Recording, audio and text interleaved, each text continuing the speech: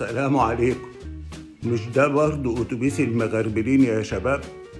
الحمد لله. يا ظهري شادد اللمباب.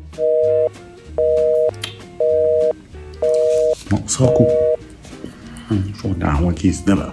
مفيش حد يقوم لابويا ولاد، ظهري وجعني.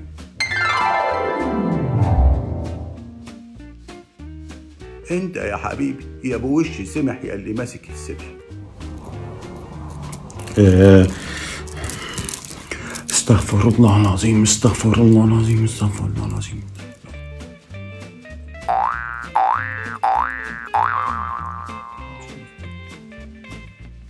بقى كده ايه ده؟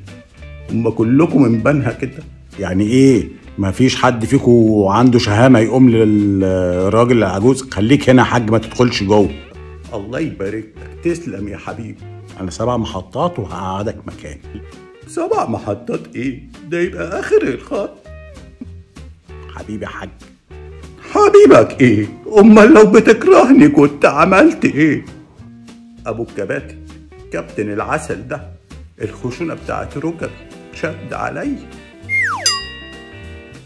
ركبي يا ركبي يا خشونتي. ايوه يا اسطى. بص اسمع، انا عايزك في مشوار يا اسطى كده، في راجل عجوز واقف فانا مستني بس الناس لما يقعدوا. ارغي في اي مشوار بقى يا اسطى، ما تغلس.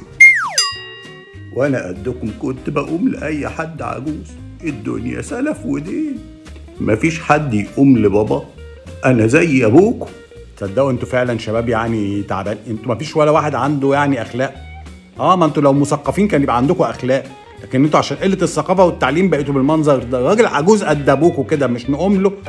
قول لهم والنبي يا ابني. لا اله الا الله. فعلا، ما هو قله الثقافه هي اللي عملت في الناس كده. ما هو لو في ثقافه كان يبقى في اخلاق. الله يبارك لك في ثقافتك. بقول لك يا حاج، ما تدخلش جوه، خليك واقف. انا قعدك مكاني يا حاج، قدامي بس 7 محطات وقعدك. ما تقلقش يا حاج، خليك واقف ثواني بس. ايه 7 محطات انت كمان؟ ثقافه يا شباب، ثقافه يا ناس. فعلا يا ابني، الثقافه والاخلاق باينين عليك. ثقافه حلوه مفيش كلام. هقول لك ايه، ما انت ثقافه ميجيجي. ده مش اتوبيس المغربلين، ده اتوبيس المستهبلين.